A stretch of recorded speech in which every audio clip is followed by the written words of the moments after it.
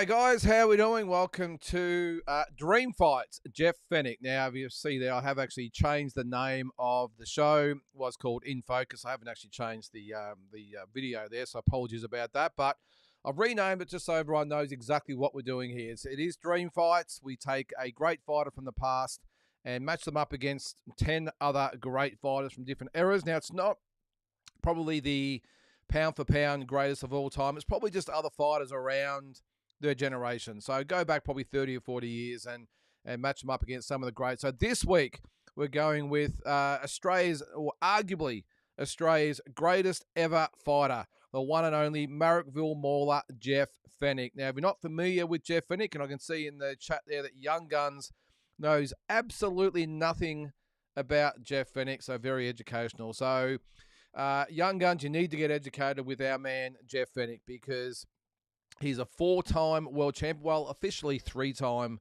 world champion. He was ripped off in that draw against Azuma Nelson back in 1991, but has been retrospectively awarded the WBC 130-pound title. I'm not sure Jeff would have got much consolation out of that, but anyway, he's a 100% a 3-time world champion. Anyway, he won the IBF bantamweight title, the WBC 122-pound title, WBC 126-pound title, and as I said, came up short against Azuma Nelson for the WBC 130-pound title. There's Tony in the chat. I love yous all. Yep. Now, Young Guns, that was Jeff's catchphrase, was "I love yous all," and he still says it to this day. And he's a great man, great champion. And we're going to match him up against some pretty tough guys tonight. So some of the guys we're going to match him up, well, not some of them, these are all the guys he's going to be matched up with tonight. We've got Marco Antonio Barrera. We've got Vasily Lomachenko. We've got Naoya Inoue. We've got Salvador Sanchez. We've got Wilfredo Gomez, Eric Morales, Barry McGuigan, Prince Nassim Hamed, Juan Manuel Marquez, and Manny Pacquiao. So not going to be an easy night for Jeff, but this is just a bit of an Australian flavour. Last week we did Terence Crawford. Before that was Alexander Usyk. And as I said, tonight we're going to put in arguably Australia's greatest ever fighter. Let's have a quick look at the career of Jeff Fenech. He turned pro back in 1984. He had heartbreak at the 1984 Los Angeles Olympics. He won, I think, 2 fights, lost in the quarterfinals to Red Sapolsky, who went on to win the silver medal against American Steve McCrory. And Jeff would actually get his revenge. That's what the fight was actually called when they fought against Steve McCrory, Olympic revenge in 1986. So he turned pro in 1984. And just on that amateur fight, by the way, at the Olympics, he actually, I think it was the first time ever a fighter had won the fight and the jury actually overturned the result. So it wasn't a great Olympics for Jeff, but he did turn pro not long after that. Now, Polly's here and he's pumped. Young Guns, thanks very much for the chat there, for the super chat there, mate. $1.99, really appreciate that. Random Stuff says Fenech was tough. He won fights with broken hands, super fit. Absolute machine, relentless pressure fighter. Yeah, and probably what I should do, I'll probably assume when I do these specials that everyone's seen the fighters. And apologies, Young Guns. If I had known there was fans like you that were going to be in the chat tonight, I would have actually got up some or put up some highlights of Jeff. But as I said, I assume that everyone's seen Jeff Fenech fight. But anyway, if you've got time, go and look at him on YouTube. I'm sure there's plenty of fights on there of Jeff. So, all right, we'll go back and have a quick look at the career of Jeff Fenech, and then we'll get into the fights tonight, the dream fights against all those legends. So he turned pro in 1984. Now, I think he only had like 30 amateur fights or something like that. Very, very inexperienced when he got to the Olympics. Turned pro and had fights in a hurry. I think he turned pro, it says here, he turned pro in October of 1984 and had 4 fights by the end of the year. So he turned pro in, as I said, October. Bobby Williams was his first opponent, a second-round knockout. Quick knockouts over Percy Israel, Junior Thompson, and Alisa Manila. Then, in only his 7th fight in 1985. So he'd been a pro for 6 months. Yes, 6 months. He'd been a pro in his 7th fight. He took on Japanese fighter Satoshi Shingaki for the IBF World Bantamweight title. I remember it like it was yesterday. And we'll have to actually address that in Walking Boxing on this day in a couple of days, won't we? Because I'll go over that. That's a different story, though. Well, that's a different episode. But he did beat Satoshi Shingaki, stopped him in 9th round at the Horden Pavilion. Didn't muck around, though, because 6 weeks later, he was back in a non-title fight. Another month after, or 6 weeks after that, he was back in another non-title fight before defending that world title against Satoshi Shingaki in a rematch. So can you get your head around that? In the space of 4 months, he'd had 3 fights in 4 months after winning that title. So then had probably his biggest challenge to date. That was in December of 1985. He beat Jerome Coffey over 15 rounds to defend the IBF belt. I'm just looking at that year. So he had, in 1985, he had 8 fights in 1985, including 3 world title fights. Just amazing. Then he would beat Daniel Zaragoza 4 months later in a non-title fight. Now, Daniel Zaragoza would go on to win multiple world titles after that. Then there was Olympic revenge against Stephen McCrory. And after this is when he decided to move up to 122. Now, he had a tune-up against Tony Miller. I was actually at this fight in Melbourne, and he absolutely battered a very game Tony Mad Dog Miller over 12 rounds. Didn't lose a round. He won on all 3 scorecards without losing that round. Then he came up against WBC World Super Bantamweight champion Samart Payakaroon, again at the Horden Pavilion, and won by 4th round knockout to claim his 2nd belt. Went to Melbourne for the 2nd time, beat Greg the Flea Richardson this time in defence of that title. Then a very, very tough fight. Well, it would have been tough if it hadn't ended by an eye injury to JEFF FENECH against Carlos Zarate. Had a non-title fight. Then, in my opinion, just my opinion, up to that point, his toughest opponent yet.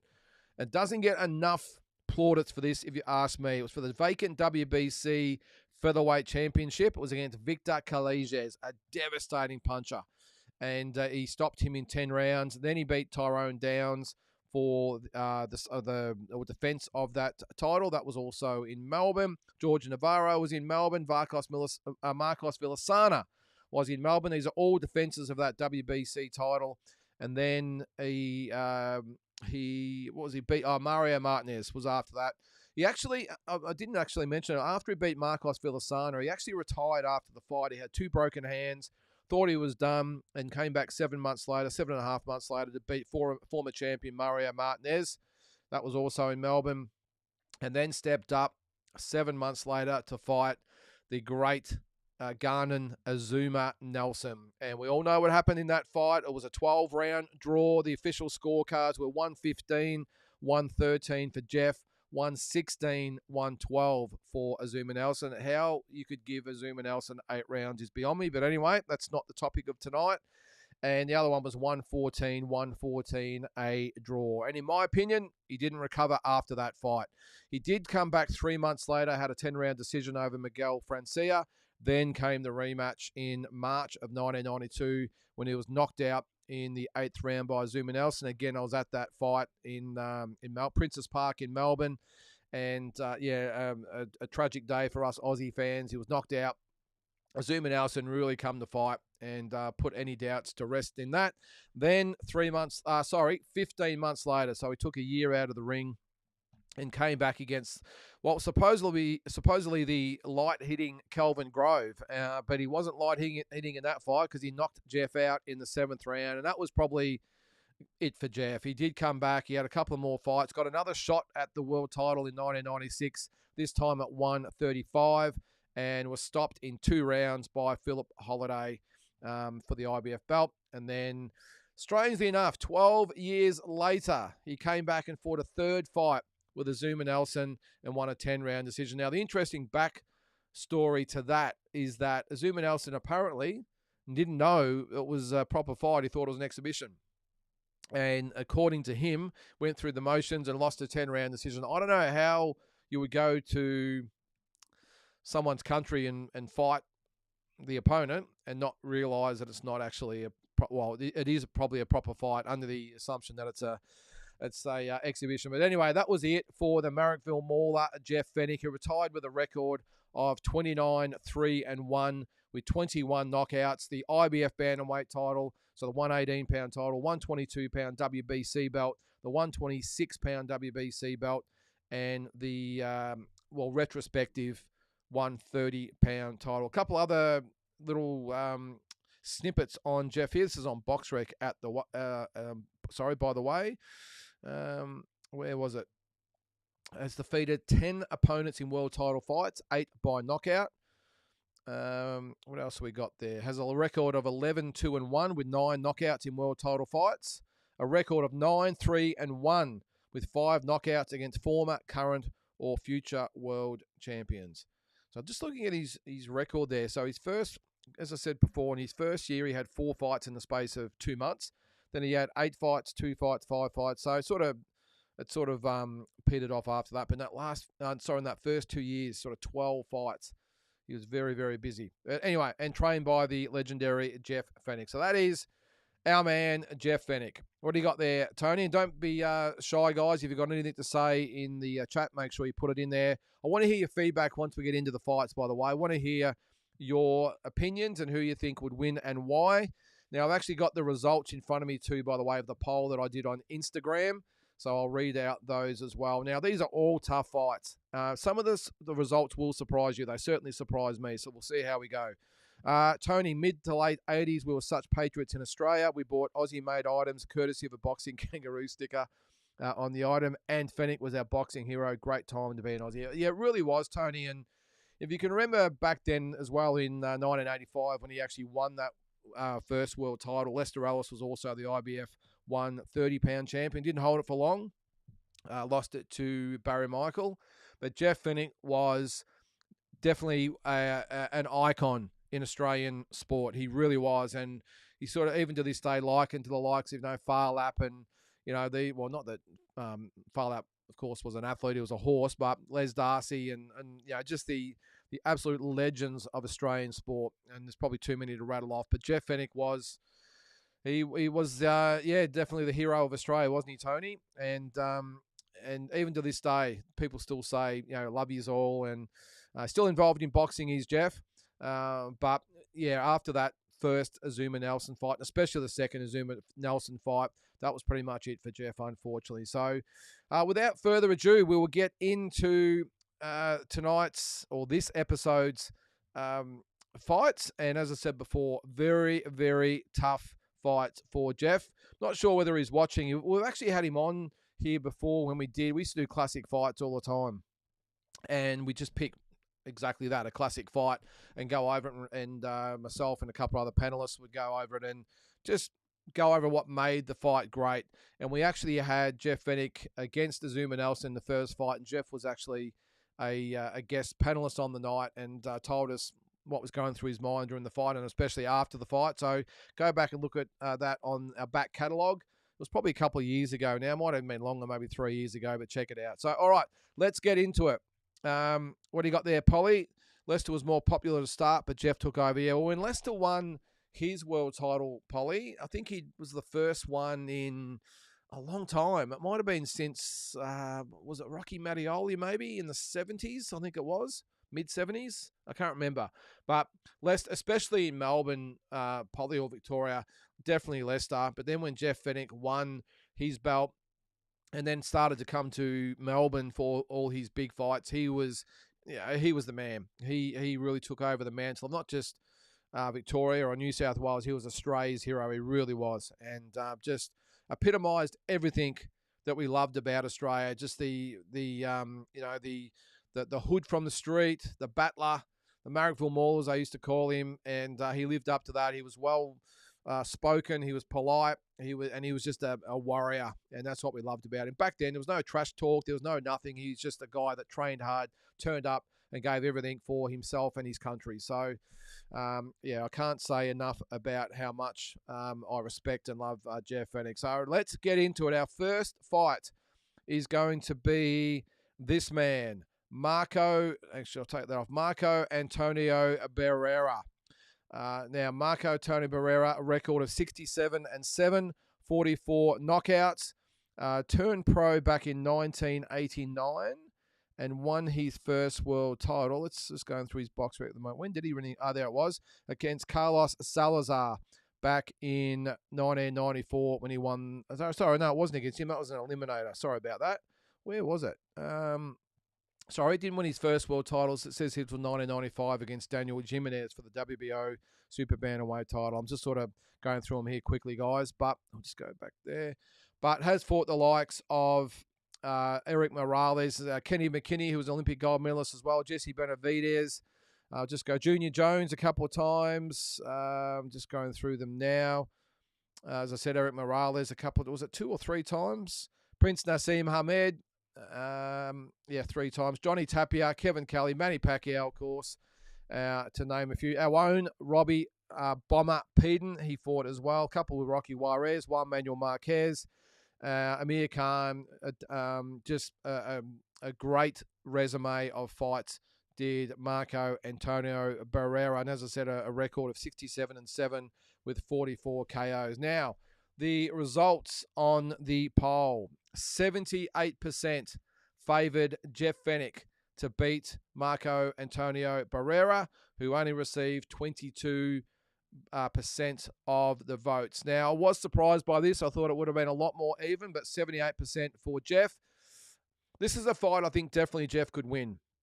Like most Mexicans, and there is a few in on this list for Jeff, but this is a very, very winnable fight for Jeff Fenech, and there's not a lot of easy fights on here, but this one was definitely very winnable, as I said. Marco Antonio Barrera, like a lot of Mexicans, great inside, hook to the body, hook to the head. He reminded me a little bit of Julio Cesar Chavez, probably not as a puncher. Not that Chavez was a big puncher, more volume puncher, but Marco Antonio Barrera really relied on the volume of punches to wear you down. But his style-wise, I thought was a lot like Julio Cesar Chavez, or probably a lot like a lot of Mexicans, I suppose, wasn't he? But I'm just, the only thing I've got with Marco Antonio Barrera is that he wasn't a big puncher. And against Jeff, I think you needed to have some sort of pop in your punch. And I'm just not sure whether you had that. I think in this fight, I'm going to actually go for Jeff Fenech. As good as Marco Antonio Barrera was, I just think this is the type of fight that would play into Jeff's hands. And at the weight, too, Jeff was a very, very strong. Probably his peak was, I thought, at probably 122, I suppose. Just looking at when sort of his peak was for Barrera. I mean, at 122, he had a lot of his mostly important fights. He didn't go to 126 until, when was it? 2001 against Prince Nassim. So before that, he was mainly 122, and of course had most of his big fights there. So at 122, I'm actually going to go with Jeff Fenech in this one. I think he could outmuscle Barrera, because a lot of the Mexicans, they sort of fight at the one pace the whole time. Now, the pace is always very, very good, but I just think Jeff inside, I just think the way he fought Barrera, just the inside would give Jeff a lot of, or make the fight a lot more easier for Jeff, if that makes sense. I'm not saying the fight will be easy at all. I'm just saying it would be easier for Jeff to cope with Barrera, who fights inside on your chest, and I think Jeff would have the strength. Not so much the power, because Jeff wasn't a big puncher either, but I just think the work rate and the volume of punches and his strength would be too much for Marco Antonio Barrera, and I'm going to back him to beat Marco Antonio Barrera on points in this one. Tony says, Marek Vermeulen, too strong with his hands and his heart, Jeff, for me. So give me your thoughts there, guys. Now, because we're always about 30 seconds behind, I'll go to the next one, but I'll go back to any comments that might come up in the meantime. So again, don't be shy, put them in there and give us your thoughts. I've gone for Jeff Fenech to win that one on points. What do you think? Young Gun says, Morales, Barrera, Marquez, Pac-Man was a fun era. Yeah, certainly was, Young Guns. All right, well, let's get on to the next one. And this time we are going to go with the Bazooka, Wilfredo Gomez. Now, a lot of people might not know a lot about Wilfredo Gomez, but just let me reel off his record here. He had a record of 44-3-1, 42 knockouts. He was a massive puncher. Turned pro in 1974 and won the world title in 1977 with a 12th round knockout of Dong Kyun Yum. And after that, had some great fights with the likes of Carlos Arate. He got him out of there in 5 rounds when Carlos Arate was 52-0 and knocked him out in 5 rounds. A couple others there. Where we got there? He defended, I think, about 6 or 7 times and then ran into the great Mexican Salvador Sanchez in 1981 in a classic Mexico versus Puerto Rico event or fight, and was knocked out in the 8th round by a 22-year-old Salvador Sanchez. After that, didn't really do a lot then. He did actually win the WBC Super Bantam, so the 122-pound title. So I went back to that, defended against Juan Meza, defended also against Lupe Pinto, the great Mexican as well. Won Laporte, was knocked out in the 11th round by Zuma Nelson for the WBC featherweight title. Did beat Rocky Lockridge for the WBA 130-pound title, though. Lost it to Alfredo Lane in his next fight. And that was pretty much it for Wilfredo Gomez. But just a massive, massive puncher. All right, so Polly, you agreed with me. Jeff wins for the same reasons. Yep. Glenn says, yep, agrees in beating Barrera. That's Jeff. There's Carl in the chat. G'day, mate. Jeff Fenech, Salvador Sanchez will be a crazy fantasy fight. Wow, stay tuned, Carl, because it's coming up. What's that? Young Guns, you're a big Salvador fan, Carl, so that says something. Yep. Yeah, we'll get to that in a second. But as for this fight, look, this is an extremely dangerous fight for Jeff Fenech. Now, this obviously would take place at 122. Now, Jeff was probably, how old would he have been then? 23, 24, I think he would have been. Sort of 23, 24, maybe 25 or around abouts. But I think in this fight, this is probably one of the tough ones for Jeff, if you ask me. Wilfredo Gomez, as I said before, 42 knockouts in 44 wins. This is a tough one. We'll go to the polls for starters. 62% said that Jeff Fenech would beat Wilfredo Gomez. 38% went for Gomez to beat Jeff. Tony says, yeah, sorry, don't know enough about Wilfredo. That's cool, mate. Don't be sorry about that. I knew he might be an opponent that might be a little bit foreign to some fans, but make sure you look him up, Tony.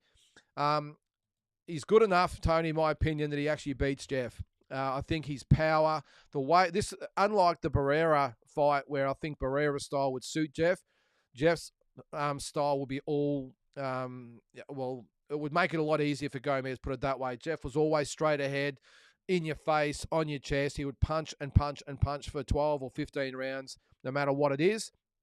This would play right into the hands of Wilfredo Gomez, who they didn't call him the bazooka for nothing. Just absolute dynamite in both hands. Unfortunately, I think in this instance, I think Jeff's style coming straight ahead. I can just see a big right hand landing from Wilfredo Gomez, and that being all she wrote, I'm afraid. I think he would knock out Jeff in probably 6 or 7 rounds. Be entertaining while it lasted. And again, if you don't know much about Wilfredo Gomez, the fact that I'm picking him to beat Jeff probably says enough, as much as it needs to say. And I think he knocks Jeff out in 6 or 7 rounds. Let's see some of your comments. Glenn agrees. He says Gomez wins. Carl says Gomez was a weapon. Glenn says, yep, I think he stops Jeff. Yeah. Look, these are all tough fights. They really are. And this one would have been a very, very tough one. Look, it would have been great while it lasted. I think Jeff would have actually had a lot of success early. I think Jeff always started fast. Wilfredo Gomez probably would have been a bit taken aback by the way that Jeff fought at that time at 122. I just think once he got his range and timing and just sort of set Jeff up, I think it could be lights out for Jeff. So that's Wilfredo Gomez with a knockout of Jeff Fenech. Young Guns, what do you got there, mate? Thanks very much. $1.99. Really appreciate that, mate. You don't have to keep giving us money, Young Guns. I'm going to put your comment up anyway, but I really appreciate you putting some money into the deep dive fund, mate.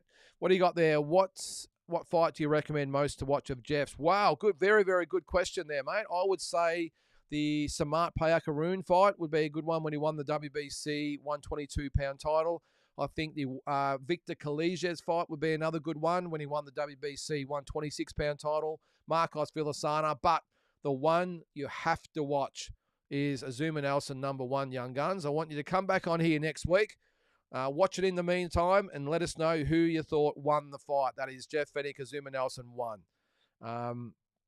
And just because I'm an Aussie doesn't mean I'm biased. I think he won that fight 8 rounds to 4, maybe even 9 rounds to 3. But check it out and let us know what you think next week. Just go into his record there on BoxRec. Check it out. Some memorable fights there, but definitely Azuma Nelson, #1. Paul says Jeff is definitely too strong for Barrera. Jeff versus Azuma is his best performance yet. It is. Yep. So Carl agrees. Yep. Agreed, Carl. Yep. All right. Good stuff. All right. So that is the Alfredo Gomez fight. I've picked him to stop Jeff Fenech in the 6th or 7th round. On to our third opponent. What's that there, Tony? Not our Tony Mad Dog Miller fight based on it. I was actually at that fight, as I said before, Tony. And I know Tony, well, I used to know Tony really, really well. I actually sparred him back in the day, Tony. Used to do some rounds with Tony Miller. They didn't call him Mad Dog for nothing, mate. That's for sure. And a great bloke. Fantastic bloke. He really was. All right.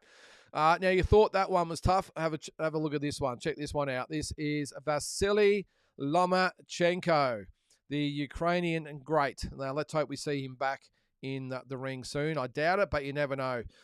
Retired with a record of only 18-3 with 12 knockouts. Only had 21 fights in 11 years, so not a lot, but that was in 2013. Had a fight for the WBO International Featherweight title in his first fight, and then fought Orlando Salido for the world title in just his second fight and lost a 12-round decision in that fight. That was for the WBO Featherweight title. Then had another world title fight in his third fight, this time against Gary Russell Jr., won a 12-round decision for that WBO belt. Continued to defend that belt. He ended up winning. I know he won the super feather, didn't he? He did. Sorry, in 2016, beat Roman Martinez for the WBO 130-pound title. Defended that, made a lot of fighters quit too, didn't he? Great win over Guillermo Regundo, who almost made the list tonight, but it wasn't enough room for him. Beat Jorge Linares as well. Luke Campbell, Teofimo Lopez is who he lost his lightweights title to. Now, who did he beat for the world title? It was Anthony Carol. No, it was Jose Pedraza. Or was it? Or Jorge Linares. Which one was it? Anyway, must have been Linares, was it? Must have been. All right, either way. Just a great, great fighter. Ended up losing the title to Teofimo Lopez. Had a chance to reclaim it against Devin Haney. Lost that fight in Las Vegas. I was at that fight as well. What a chess match that was. And then won the IBF World Lightweight title against George Kambosos last year in Perth. And hasn't fought since. We're not sure whether we see him again. Who we got here? Glenn says Loma absolutely bedazzles Jeff. Not even close. Loma versus Jeff. Damn, got Loma. And, yeah, Tony, Loma, there's levels. Yep, I agree. All right, well, let's go to the poll for starters, will we? The poll says that 89% thought Vasily Lomachenko would win the fight. Only 11% said Jeff would beat Loma. Now, that's actually 11% more than what I thought, to be honest. This is probably one of those fights I think is probably an easy one to decide. I just think whoever said before, yeah, Glenn, I agree. I think he absolutely bedazzles Jeff, as you said there. I think his foot speed, his hand speed, his angles, just everything about Loma. Just Loma's style is just all wrong for Jeff. Jeff didn't like anyone with this type of movement, and not the thing is with Loma, it wasn't like he ran from opponents. It was all about angles. For Loma, you watch him. It's a little step to the right, a little step to the left, a little step in, a little back, and then back in again. And very rarely did he actually go away from fighters. Most of the time, he would stand in front of his opponents and literally challenge them to hit him, and then he would counter them with 2 or 3 punches. Absolute magic fighter. And I think I've said on here before, I was very fortunate to see him live in person at a gym, sparring the Maloney boys in where was it? In Robert Garcia's gym, wherever that was, his old gym. And to see him up close from a few feet away, just no wonder they called him the Matrix. And I just think, again, his style is all wrong for Jeff, and I think he pretty much wins nearly every round. Jeff might have his moments in there. I mean, Jeff was a very, very strong guy, but this fight would be at featherweight, would it be? So 126. He did start. No, sorry, I was just going to say I thought he started at 122, but he started at 126. So I don't think the strength factor would be as much for Jeff as what it was against a lot of his other opponents, because Jeff had gone up to 122, and Lomachenko was actually a nice strong 126 pounder. Did obviously go up way up to 135. So I don't think the strength would have been a massive issue, especially for the fact that Lomachenko is just a brilliant, brilliant fighter. I'm just not sure Jeff would have got anywhere near him, to be honest, as far as being able to get hold of him. It would have been like the coyote chasing the roadrunner, wouldn't it? But not him running, but him just, again, giving him the angle. So for me, it's a one-sided 12-round decision win for Vasily Lomachenko in that fight. What's that, Carl? Who do you think won Loma and Haney live? I actually thought Loma won it live, Carl. I thought it was close, but I thought 7 rounds to 5. I had it for Lomachenko over Devin Haney. A lot of close rounds, though, mate. But on the night, I thought that Loma won the fight. What's that? Where are these polls? They're on Instagram, mate. So they're gone now. But keep a lookout. They go up the day before this. So every Tuesday, probably about lunchtime, I put them up to give you sort of 24 hours to get your votes in. So we had about sort of 35 people vote. So it just gives you a good indication. I know it's not a shitload of people, but it's enough to give you a bit of indication of what people are thinking. And 89% went for Lomachenko. What's that, Polly? Loma probably beats Jeff unless Jeff can get the fight on his terms and style, which I doubt. It's a good point, Polly, but I just don't think... Jeff was a brute. Just a guy that was just on you from the first bell and would just keep punching and punching and punching until you had nothing left. And unfortunately with Loma, that wouldn't work because he'd just be scooting to the left, scooting to the right, in, out, and just, as Glenn said before, he would be dazzle Jeff and just the wrong style. Did anyone have movement like Loma back then? No, I don't think so, Carl. I don't reckon anyone's ever had movement like Loma. Probably go back to the likes of Willie Pep and those types of guys, but geez, I can't think of anyone in the last 50 years that would come close, Carl. Glenn says he murders Jeff on feints alone. Glenn also says the Soviet style wasn't in the pros then, so no. Yeah, good point, Glenn.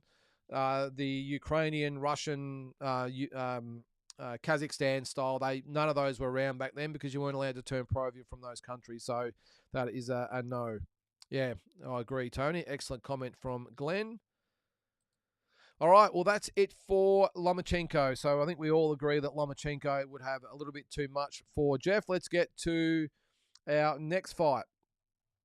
And let's, where are we? Now, this is, I think, a little easier for Jeff based on styles. I'm talking about El Terrible, Terrible, however you pronounce it, El Terrible, Eric Morales. The great Mexican champion, record of 52-9, 36 knockouts. So he started off at 122, actually no, 126. So started at featherweight back in 1993 and won his first title, if I can see here. I think I'd do a little bit of homework, wouldn't you? Against Daniel Zaragoza. Actually, I didn't know that. Another Jeff Fenech foe, of course. That was in 1997. He won the WBC Super Bantamweight title. Hard to believe it was 12 years after. Actually, no, it might have been 11 years after Jeff actually beat Daniel Zaragoza that he had that WBC belt. And Eric Morales won that off him by 11th round stoppage in 97. Then fought the likes of Junior Jones, Wayne McCulloch, of course, Marco Antonio Barrera multiple times, Kevin Kelly. Just going through his record here. Paulie Ayala was a good fighter back in the day. Manny Pacquiao, of course, 3 times. Had the win over Manny Pacquiao the first time and then got beaten the next 2 times after that. David Diaz.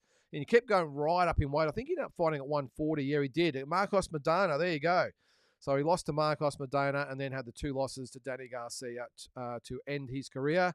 So as I said, a 52-9 record, 36 knockouts. So before we get to your comments, let's go to the poll. And the polls said that 62% of you out there thought that Jeff Fenech would beat Eric Morales. So, of course, 38% thought the other way, that Eric Morales would beat Jeff Fenech. This is a tough one. It really is. Probably a little bit like the Barrera fight. I can see Jeff probably getting picked off and countered by Morales, but also I can also see Jeff getting inside now. I just think in this instance, again, like the Barrera fight, I'm going to go for Jeff Fenech. Now, Eric Morales had great range. He had great timing like a lot of the Mexican fighters do. not fast on his feet or with his hands, but it was the timing that he was just a bit like Marquez as well, Juan Manuel Marquez, and we'll get to him a little bit later.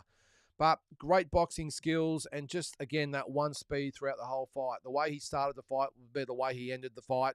But again, I think his style would be custom-made for Jeff. The fact that he wouldn't sort of move too much, he'd be in front of Jeff. Now, again, he's got great boxing skill, but I think Jeff could get inside. Now, he started at 126, ended up at 147. So his main fights were probably at 126. The Barrera fights, the Pacquiao fights. I think the Pacquiao fight was... No, Pacquiao fight, sorry, was at 130, sorry. So, but I thought he did his best work at 126.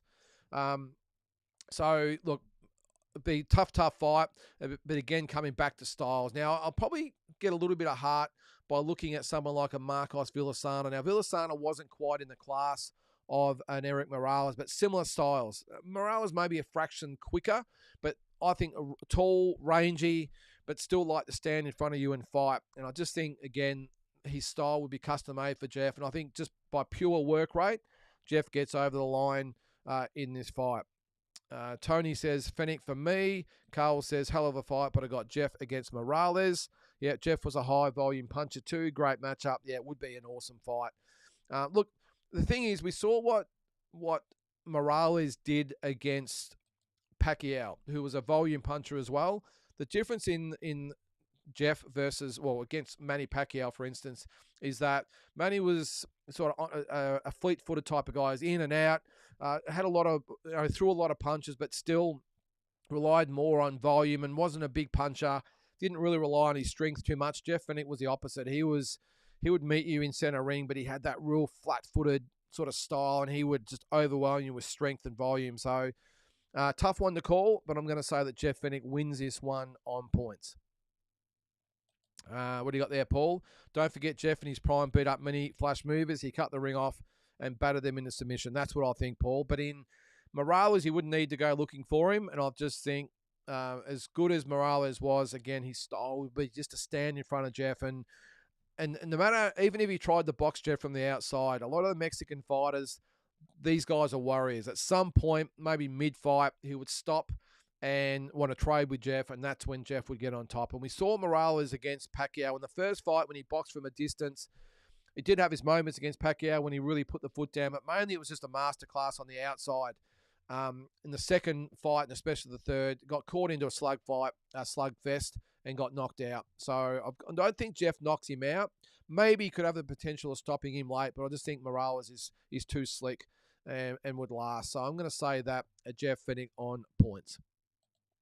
All right, let's move on. So what's that? 1, 2, 3, 4 fights down. Let's get into our fifth fight, and this time it is the cloned Cyclone Islands. Their own national treasure over there, wasn't he? Barry McGuigan, with a record of 32-3, 28 knockouts.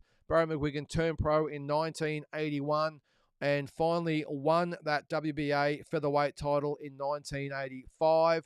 With that memorable 15-round decision over Eusebio Pedrosa, who was making his 20th defense. And in front of 26,000 people, Barry McGuigan won that title. I think there was something like 18 million people watching on TV as well. Defended against Bernard Taylor in his first defense. Then someone in the wisdom decided they would take him to America, and he fought American Stevie Cruz. Unheralded opponent was Stevie Cruz, but in the heat of Las Vegas, Stevie Cruz was able to adapt better and won a 15-round decision over Barry McGuigan, and that was pretty much it. At the time, there was talk that one of the biggest fights in boxing was Barry McGuigan against Azuma Nelson, and obviously it never took place after that because he would have nearly a 2-year layoff after that, Barry McGuigan, and just never really got back to where he was. He had 3 fights and ended up losing to Jim McDonnell in 1989. So it was a really unfortunate way to end. But at the time, he was one of the pound-for-pound best in the sport. What's that there, Carl? This is Morales. I don't know if Morales will go the distance. Yep, that was about Eric. Now, on to the poll in this one. 88% said that Jeff Fenech would beat Barry McGuigan. 22% went for the clone Cyclone. So I don't think it matters whether this one's over 12 or 15 rounds. Let's say it's over 15. Both of these guys obviously did do 15-round fights back then. Yep, Carl agrees, 15 rounders back then. Yep. So look, I think this one for me is one of the easiest picks I've got as far as Jeff Fenech goes. Barry McGuigan, look, he was a battler. I know he had a great win over Eusebio Pedrosa. It reminds me a little bit, if I'm being honest, about our man Jeff Horn. Just that lightning bolt of producing one of the all-time great performances when Jeff beat Manny Pacquiao and wasn't really able to back up after that. Barry McGuigan's a little bit the same for me. Against had that memorable performance over Pedrosa, an aging Pedrosa, by the way, and then really just he lost his defense. Was it the second defense or whatever it was, and just really struggled to get back. And I just think in this instance against Jeff, I just don't think he'd have the strength. Even though he had a great work rate, he could punch okay. What was his knockout ratio there? So it's 32-3 with 28 knockouts. I still don't think he was a big puncher though, Barry McGuigan. I just don't think he'd be strong enough to keep Jeff Fenech off him, and I can see Jeff Fenech stopping Barry in 9 or 10 rounds. I think he would cop a lot of punishment, Barry McGuigan. I don't think he'd be knocked down. I don't think he'd be knocked out. I think either his corner or the referee would step in and stop this fight. I just think Jeff Fenech way too strong, way too hard, throw too many punches, and I think he gets Barry McGuigan out of there, as I said, in 9 or 10 rounds. Who do you guys have? What do we got? Tony, Jeff beats Barry by decision. This would have been a war of hearts, fight of the year, and would have gone down in Australian folklore. Name a good Irish boxer that wasn't a battler. Yeah, it's a good point, Carl. They've had a lot of good fighters, but I can't remember. You're right that that was a really slick type of fighter and wasn't a battler. Probably a little bit like Australia, to be honest. What's that, Tony? Wait, hang on. Do you think Horn beat Pac-Man? I certainly do, Tony. Make no bones about that. I think he won the fight fair and square. 7 rounds to 5, if you ask me. But that's another argument, Tony. But yes, I 100% think that Jeff Horn beat Manny Pacquiao. Manny just wasn't busy enough in the first 6 or 7 rounds, mate. And in the 9th round, when he pulled his finger out, it was too late. And I thought Jeff actually won the last couple of rounds. But anyway, that's a different argument.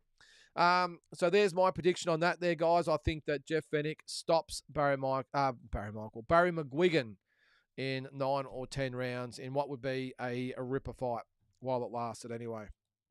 All right, we move on to fight number 6. And this is another difficult one. This is the Prince, Naseem Hamed. Had a record of 36-1 with 31 knockouts, and just probably a little bit like Barry McGuigan, just disappeared in the blink of an eye after he lost his fight with Marco Antonio Barrera. But he turned pro in 1992 and won the, what was the WBC title? I think was his first one, was it? Where was it? No, sorry, it was the WBO featherweight title in 1995 with that win over Steve Robinson, an 8th round stoppage. Fought the likes of, where was it? Kevin Kelly, Wilfredo Vasquez, Wayne McCulloch was another one.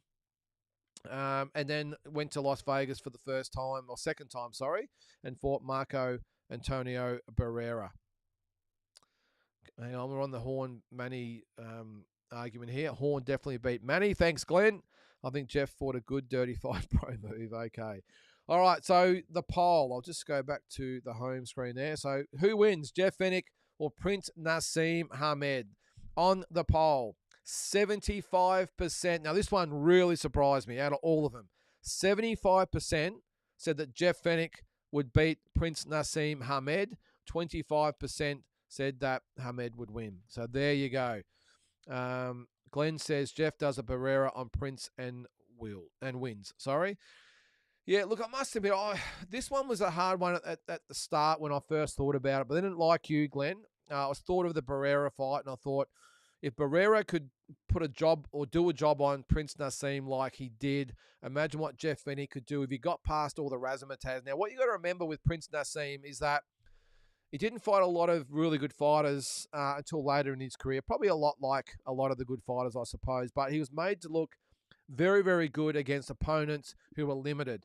I'm not saying they were handpicked, but they were guys that he could really just pick his shots. You remember he'd be on his toes. He'd lead with the left. He'd lead with the right. He'd lead with an uppercut. He'd lead with a hook. He'd be orthodox. He'd be southpaw. He'd be all over the place. He'd go right. He'd go left. He'd go in. He'd go out. Just a really, really tough fighter to get hold of. But again, the key to this is looking at Prince Nassim's opponents before he fought someone like a Barrera, which was most of them, of course, because he only had one fight after the Barrera fight. But Barrera proved that if you take Prince Nassim out of his comfort zone and really put it on him and really exploit his awkwardness and everything, that he can be beaten. And Barrera didn't do a lot except be Barrera, if that makes sense. He was tight, and Barrera was obviously always good defensively, but he'd get inside, he wouldn't try and reinvent the wheel, he'd just do what he did best and make Hamed work for those 12 rounds. And if Barrera did throw an unorthodox punch, he would make him pay. And I think Jeff Fenech had the ability to do that. I think in a different way, though. Jeff didn't have the boxing IQ of Marco Antonio Barrera, but what he did have is the ability to take away all the advantages of Prince Nassim by getting on his chest. Prince Nassim would always, from a distance, he'd pot shot opponents and knock a lot of them out with those really unorthodox type of punches he threw. But Jeff Fenech, as I said, would take all that away by being on his chest, really fighting 3 minutes of every round for 12 rounds, and I think he overpowers Nassim. I don't think he stops Prince Nassim. I think he wins on points, but a clear-cut decision. I think he wins over 12 rounds, and really his work rate would be enough to get over Hamed, who I just don't think would have anything other or anything else to offer when he couldn't do what he normally does with all the razzmatazz when all the punches that he threw. So Jeff Fenech wins for me. Let's get a couple of comments there. Carl says, yep, Jeff beats the Prince. Tony says, that Ingle-trained fighter frustrated me to no end. I pray Jeff and Johnny smashes him, but I think Prince wins. Okay. After watching how Barrera dealt with him, I think Jeff would work him out. Polly says, the Prince used to be my all-time favourite, but Jeff's style will be too much. Fenech on points. Jack Pierce says, I'm going to say fundamentals are everything in boxing. Hamed a freak talent, but when controlled with a top talent who had sound fundamentals, he was made to look ordinary. I agree, Jack. Carl says Barrera caught him and Prince didn't like that power, and he agrees with Jack. Yep. Yeah, look, make no mistake. Prince Nassim Hamed was a unique talent, a brilliant, brilliant fighter.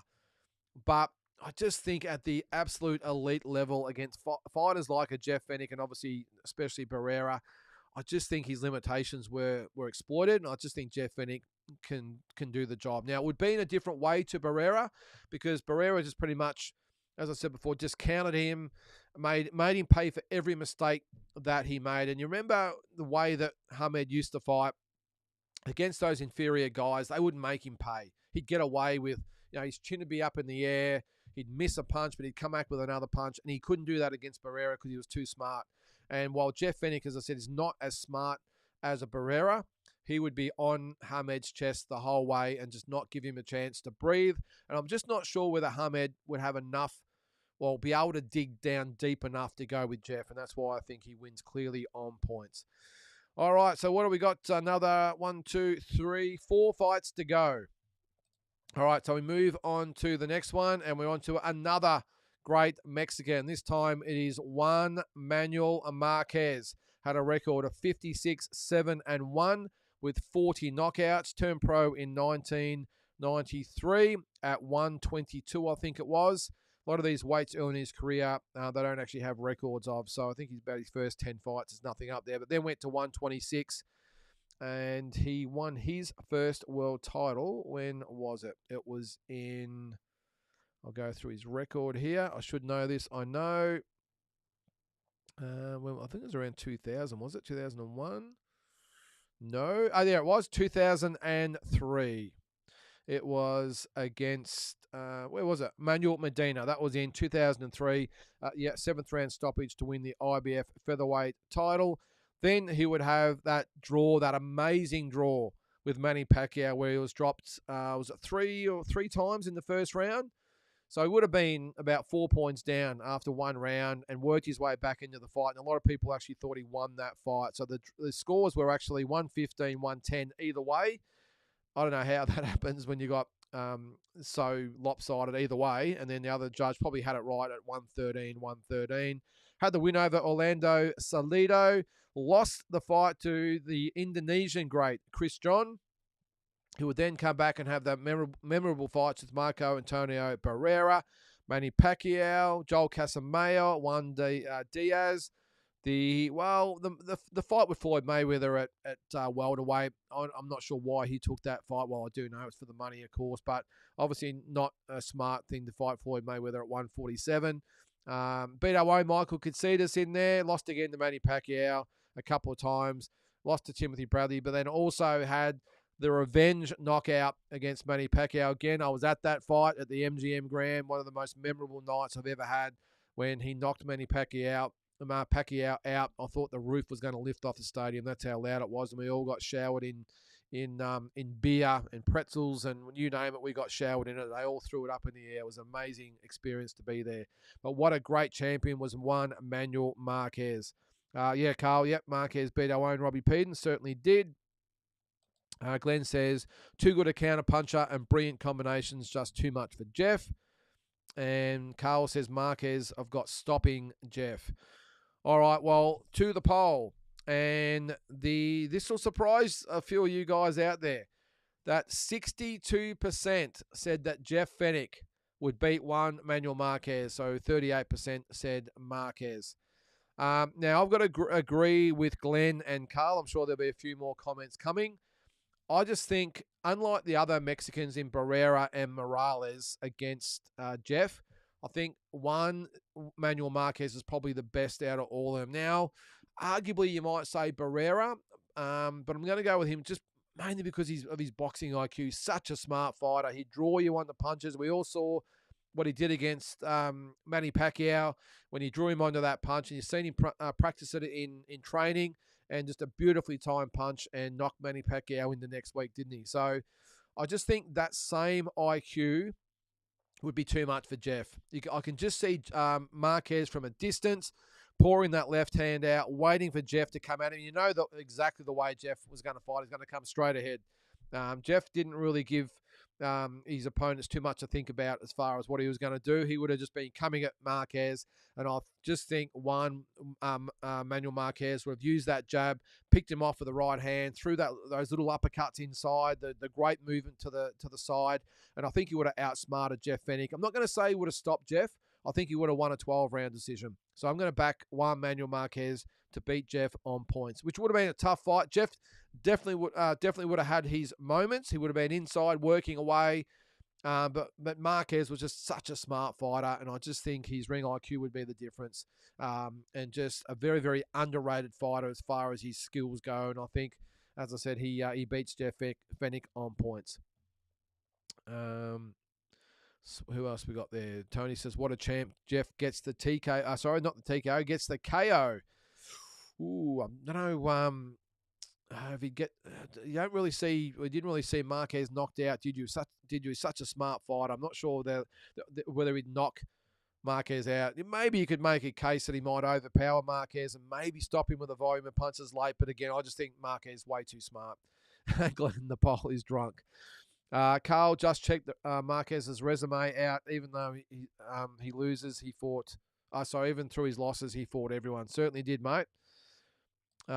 Jack Pierce says Marquez the best combination puncher I've ever seen. Yeah, and that's why I think he gets the job done over Jeff. Jack. So for me, Juan Manuel Marquez wins that one. Jack also says the way he would let his hands go in five, sixes, and even more punches at once, every punch in the book, and he would land them all. Yep. Marquez epitomizes what a Mexican all-time great is. Yeah, very well said, Carl. I agree, mate. And just a great, great fighter. All right, so what have we got? A couple to go. 3 to go. All right, well, we move on to another Mexican. Before that, though, what's that, Glenn? I'll add Marquez, probably too big as well. Yeah, another good point there, Glenn. He did spend most of his career at 126, but ended up really at 140, I think, as well, and obviously fought Mayweather at 147. So sort of 135 to 140. That Marquez, well, probably any of those weights is going to be tough, but yeah, it's a good point there because I don't think Jeff would have been able to bully Marquez around either. If they fought at 126, where this fight would be fought at, I don't think Jeff's strength and power would be a bigger factor, and I think Marquez would be easily able to combat that, which would make his job a little bit easier. Cal Jane, hi Cal. Jeff didn't like being interrupted whilst training, but stopped his jog one day to let me meet him. I'm assuming that says, like when I was 10. Well, he was just an unbelievable trainer, Cal. He was just probably the hardest training fighter I think I've ever seen. Not that I've seen everyone's camps, of course, but I just remember the torture he put himself through back in the day, all the while trying to make weight as well. But that's a good story, Cal, that you stopped him for a chat. That's awesome, mate. All right, so we go on to the next one. 3 to go. And this time, again, it is another Mexican, the great Salvador Sanchez. Tragically died at the age of 23 with a record of 44, 1-1, 32 knockouts. Turned pro in 1975. So only would have been, 16 or 17 at the time. Not a lot of weights back then, but I'm assuming he would have been a featherweight, 126. He won the world title. I know it was against Danny Little Red Lopez. Actually, looking at his record here, he actually beat a guy by the name of Felix Trinidad back in 1979. I'm not sure that was Felix Sr. and whether the other welterweight version was his son. I'm not too sure. But he beat Danny Little Red Lopez in 1980 to win the WBC featherweight title. In between, he beat Ruben Castillo by a 15-round decision, repeated the dose on Danny Lopez, stopping him in 14 rounds this time. Beat the likes of Juan Laporte as well. Wilfredo Gomez in another massive Mexican-Puerto Rican battle. At the time, Gomez, as I mentioned before, was 32-0. I think he had about 30 knockouts as well, and Sanchez knocked Gomez out and ended his career with a 15th round knockout of the great Azuma Nelson. And we all know what Azuma Nelson did after that, and that was his last fight in July of 1982. Absolutely tragic that we lost Salvador Sanchez in that matter at 23 years of age. And who knows what could have happened, if he had fought for another 10 years. Just one of the biggest tragedies I think we've ever seen in the sport. Glenn, the cowboy, that's Justin Rousel, told me nobody trained like Jeff. Also with Glenn, he says Sanchez inside 8. Carl says Salvador too high IQ. Every style he faced, he outsmarted them and belted the piss out of them. Sanchez by brutal KO. Well, let's go to the poll. All right, 43% said Jeff Fenech would beat Sanchez. So 57% said Salvador Sanchez would get the job done over Jeff Fenech. And look, I've got to agree. Jeff would have tried his best against Sanchez. He would have been pushing the face. His face. Sorry. He'd been pushing the pace and in his face and really making it hard for Sanchez. But I've just got a feeling that if the likes of Wilfredo Gomez and Azuma Nelson really couldn't do much damage on Sanchez and really get close to him, just the style and, again, the IQ, probably a little bit like a Juan Manuel Marquez when you think about it. Long range, really good jab. He'd set him up and throw those really good combinations. He also fought in 3s, 4s, and 5s. And I just think that work rate and his timing and his IQ, you name it, everything, I just think it's too much for Jeff. And I could probably see him stopping Jeff in 12. This would probably be a 15-rounder, or it would, because that's all that Azuma Nelson fought back in the day. I think whether it's a 12 or 15-rounder, I think Salvador Sanchez stops Jeff maybe in 11 or 12 rounds, I would think, and gets Jeff out of there. No disgrace in that, of course, because Sanchez, just an unbelievable fighter, a legend, even at 23, and I think he stops Jeff Fenech in 11 or 12. Carl says the poll is on crack. 43% was seriously drunk, says Glenn. Young Guns, Roy Jones Jr. said Salvador Sanchez was his favourite fighter. Far too hard to call, but with those rose-coloured glasses on, I'm with Jeff, says Tony. Carl says died way too young. Imagine a full career, what it would have looked like. Yeah, I agree, mate. So for me, that is a stoppage, maybe knockout loss by Jeff Fenech to Salvador Sanchez. And I think, just the class of Salvador Sanchez would be too much for our own Jeff Fenech. But he'd go down swinging, mate. No mistake about that, Jeff. He would make it a fight, that's for sure. I'm just going through his box rec at the moment. And I just remembered one fighter I didn't actually put on there is Alexis Arguello, who fought mainly at above 126, but maybe we'll do that on another time. So anyway, all right, guys, we have 2 to go. What do we got here, Carl? There wasn't a style Salvador ever struggled with. Yeah, you're right. He made every fight look easy, didn't he? Did Salvador Sanchez. So I think he makes this fight look pretty easy as well and gets Jeff Fenech out of there. All right, we've got 2 fights to go, and these are 2 probably lighter weight fights. Well, they definitely would be lighter weights, especially this guy. I'm referring to Naoya Inoue, the Japanese or superstar, isn't he? 29-0, 26 knockouts. Turned pro in 2012 with a 4th round knockout of Kryson Omayo. Won his first world title in 2014. He's only had, what was that? 1, 2, 3, 4, 5. In his 6th fight, he beat Adrian Hernandez for the WBC light flyweight title. And we all know he's moved up in weight and added numerous world titles over the journey. Pretty much has turned back the challenge of everyone and made every fight look really easy. He won the World Series of Boxing, if you can remember. Then beat, I think he beat Emmanuel Rodriguez, the Jason Maloney opponent, didn't he, in the second round to win, to unify the 118-pound titles and win that Super Series or whatever the hell it was called. Beat Nonito Donaire. Jason Maloney as well bore the brunt of a right hand from hell from Naoya Inoue, but since then repeated the win over Nonito Donaire, had wins over Stephen Fulton, Marlon Tapales, Lewis Neary, TJ Donaghy, and he's got a big fight coming up against Raymond Cardena. So at the moment, as I said, 29-0 with 26 knockouts to the poll. What do we got here? 67% said Naoya Inoue would beat Jeff Fenech, so 33% for Jeff. Before we get to this fight, another comment from Carl. I remember Roy Jones telling an interviewer to go watch Salvador Sanchez's fights. Yep, Glenn says, great fight. Jeff would be bigger, says Glenn. And this is the other thing. Now, I know straight off the bat, a lot of people will be saying, this is not competitive. In a way, well, they don't call him the monster for nothing. A big, well, at that weight anyway, big, strong guy and super quick, super talented, punches like a mule. But what we don't sort of think of here is that Naoya Inoue's best work was, well, he started at 108, then went to he went through all the weights, didn't he? But bantamweight or 118 was probably his, well, the weight where he obviously unified the titles. He's now at 122, but you got to remember Jeff's peak or his best weight was sort of 122 to 126. Now, I'm not going to put a 118-pound Jeff Fenech in with Naoya Inoue because I don't think he'd fully matured at that age. He was only in his early 20s. So I'm not going to put that Fenech in with Naoya Inoue. I'm going to put the 126. If not, it'd have to be the 122-pound version, wouldn't it? Because Inoue hasn't fought at 126. But the 122-pound version of Jeff was a beast.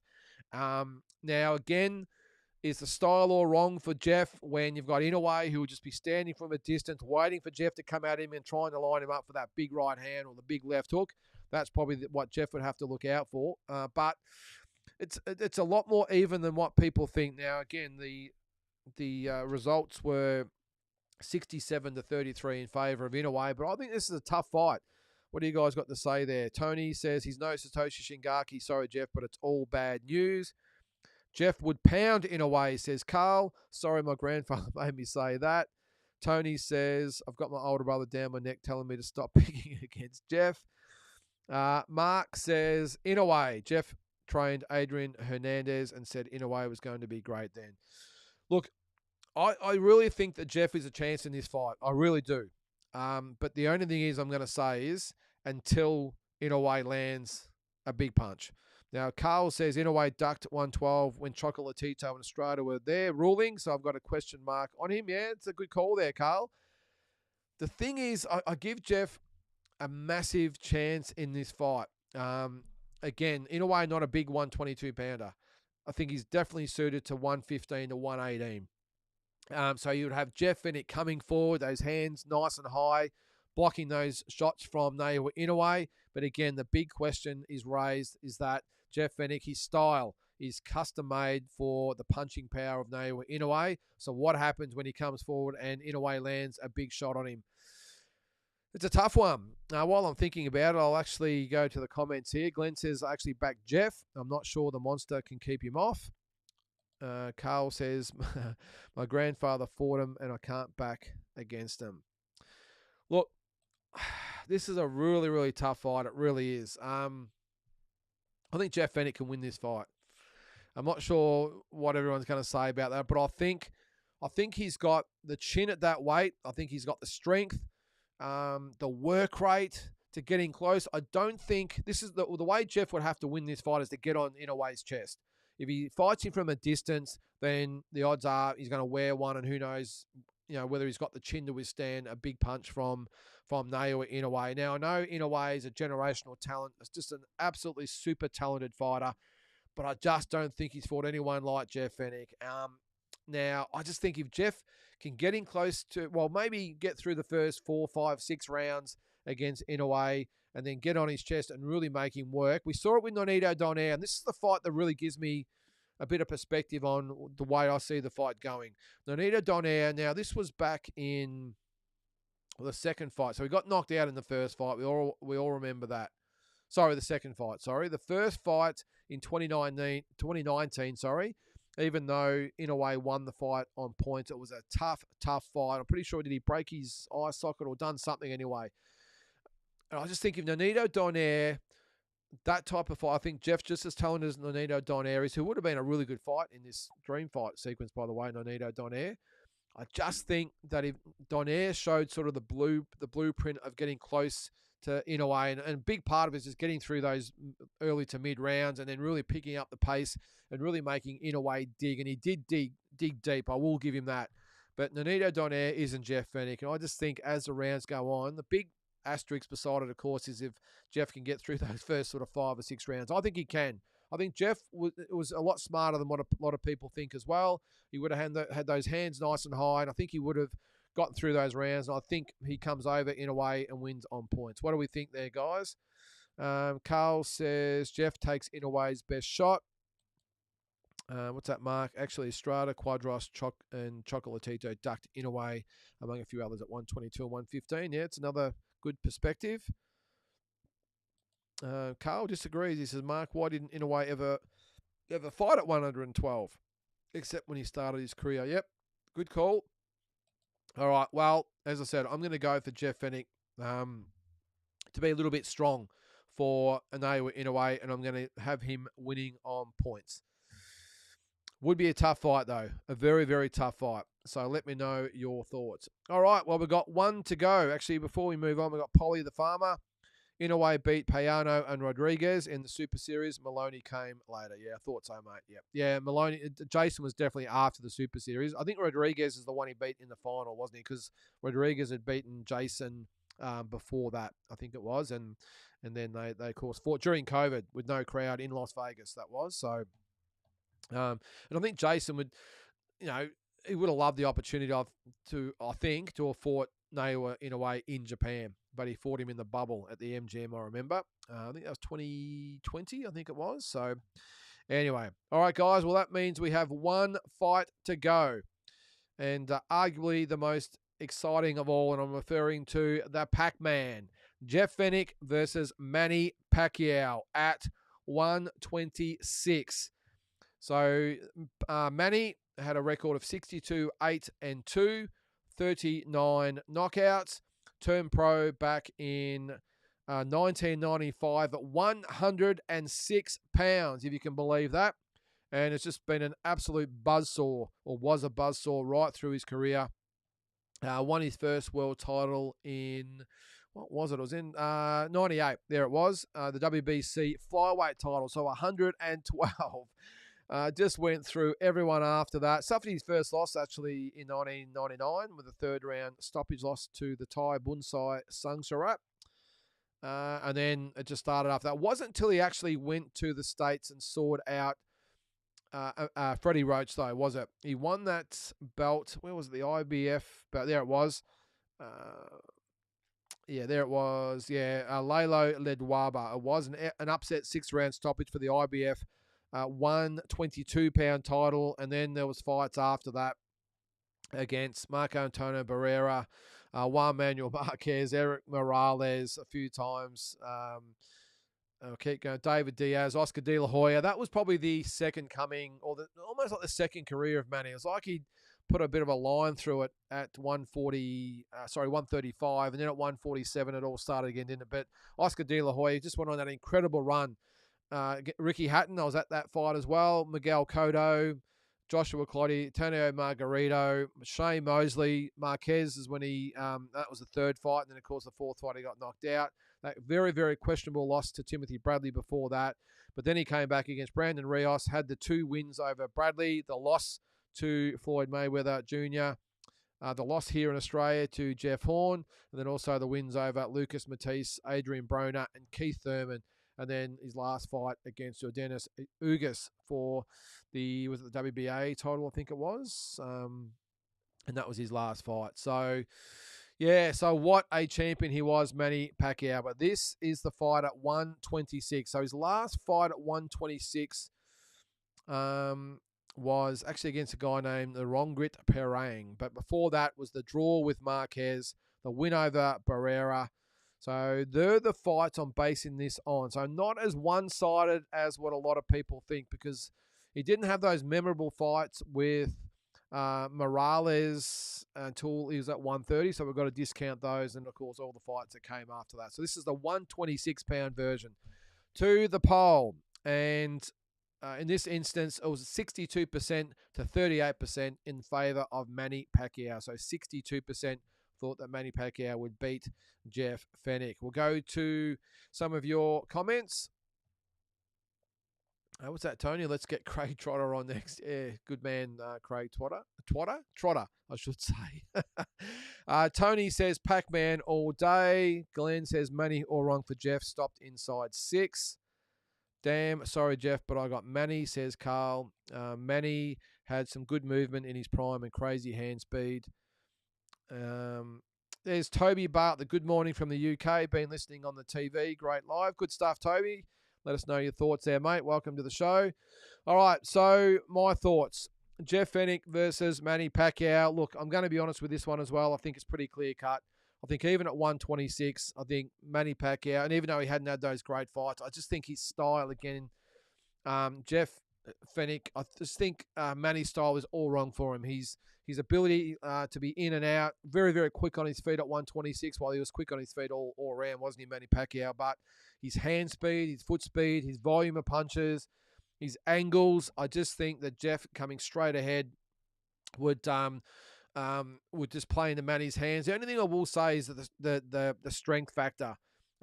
Jeff's strength, if he was able to really get hold of Manny like Jeff Horn did, but remember that was at 147, a long way down the track and a few years after he fought at 126. So if Jeff was able to get inside and rough Manny Pacquiao up, he's a chance. But I just don't think that Manny would have stood still long enough for Jeff to go to work. And I think his angles and, again, his hand speed, foot speed, pretty much everything, super, like his endurance was super. Everything about him was super. I'm saying super a lot, I know, but that was just Manny Pacquiao. And I just think at 122 to 126, I think that he's a little bit too good for Jeff Fenech. What have we got here, guys? Frankie says Manny would hammer him. Carl says, sorry, that was just a comment to Frankie. Who was it? To Toby. All right, so that's my opinion there, guys. I think that not by knockout. I think he actually beats Jeff on points. I think Jeff is obviously tough and strong at that weight. He hangs in there with Manny, but I just think his volume of punches and just everything about Manny at that weight. Look when he fought. Who was it? Who did I say it was? Led Waba for that IBF 122-pound title. He was just dynamite. Was Manny Pacquiao, and he was fresh with Freddie Roach at the time, really approaching his peak at that stage. And I just think if that was the fighter that fought Jeff, even at 126, who did he fight there? Barrera and Marquez. He fought at 126 as well. So I think that version of Manny would still have enough to beat Jeff Fenech. Mark says he didn't much back then like he does now. They got paid around the same. Sorry, I'll move on. Everyone's got to go watch Jeff and Azuma Nelson. Yeah, the biggest robbery ever. Yeah, no, 100%, mate. So let's go through the results. So I'll go through my picks for starters and then the polls as well. Sorry, Toby, what's that? What about a Manny on a strict VADA testing program? Good comment there, Toby.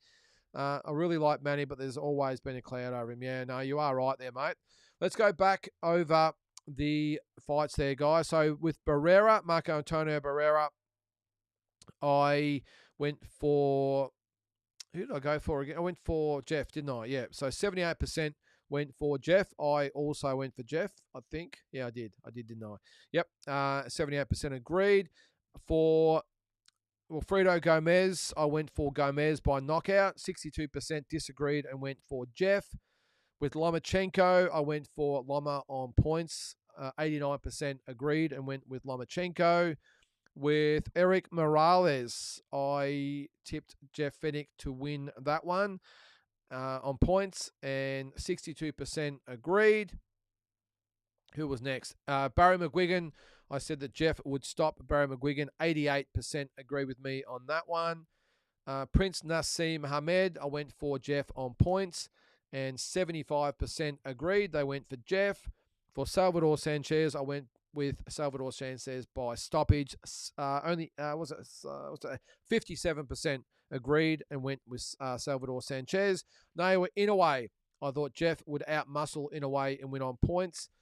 67% disagreed and went for Naoya Inoue. And for Manny Pacquiao, I went for Manny Pacquiao on points, and 62% agreed and said that Manny Pacquiao would beat Jeff Fenech. So that's about it, guys. That's all 10 fights. Let me know your thoughts. Who do you think would have won those fights between Jeff Fenech and all those legends? Now, next week, and this is probably another contentious guy. This is Canelo Alvarez. Saul Canelo Alvarez, to be exact.